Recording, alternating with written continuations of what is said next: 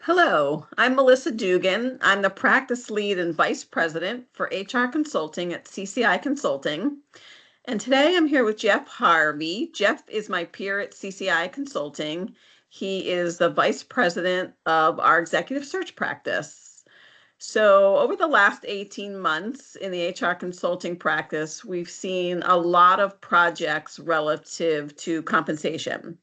And I wanted to talk to you today, Jeff, about some of the challenges that you face in your executive search efforts.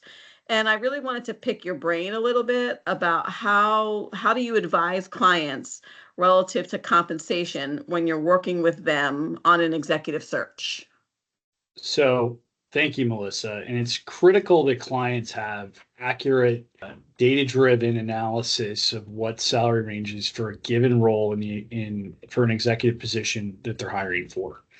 The first thing that I tend to look at is I remind clients that from when we are conducting a project for a client to hire a VP of X. We like to make sure that clients understand that the compensation is a three-pillar analysis, right? So we want them and we provide them through your practice group and comp consulting, survey data and analysis of where the roles are sitting. We also need to understand the company's budget, and we also want to understand what the candidate market is telling us. And those are three different data points that need to be combined together to have a successful approach to the market in being able to attract and secure a new position for your company. Okay. So I know you obviously do have a lot of conversation with your clients, as you're taking on a new project or a new recruiting effort.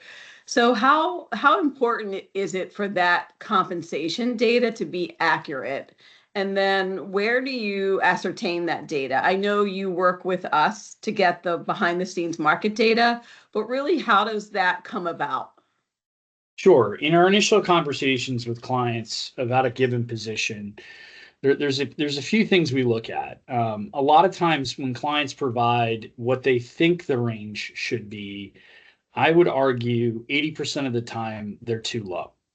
And oftentimes they're relying on survey data and they're looking at median number trends in the surveys. And the other misses that occur are when companies have unique job descriptions or unclear job descriptions that don't fully compensate or look at a range properly based on the experience required for the role.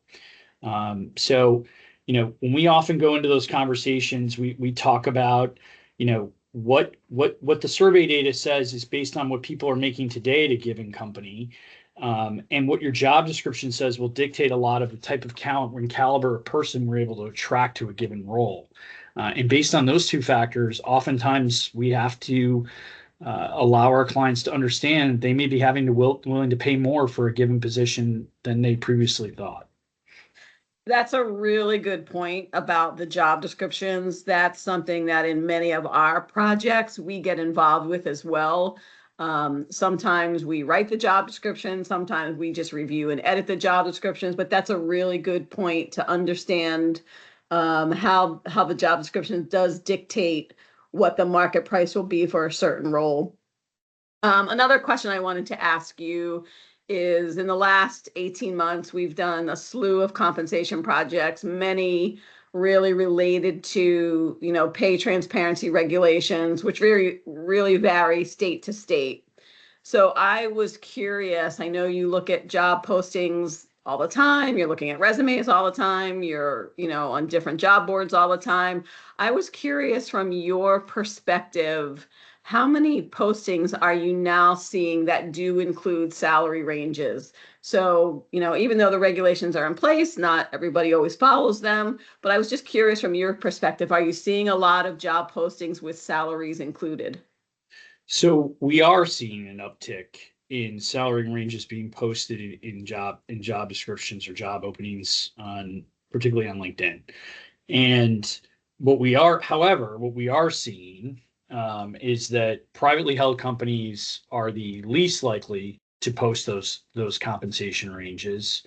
And what we were tending to see more is companies move into the public realm, or they are a nonprofit, a progressive organization in higher ed or nonprofit. We're seeing a lot more clear job salary range postings. So our sense is over the last 6 months, companies are definitely and organizations are trending towards posting more salary ranges, but there's still a lot of work that has to be done. Okay. Thanks, Jeff, for taking the time, a couple minutes today to give us your perspective from what you're seeing with regards to executive recruiting and compensation. I really appreciate you taking a couple minutes to talk today. Thanks. Thank you, Melissa.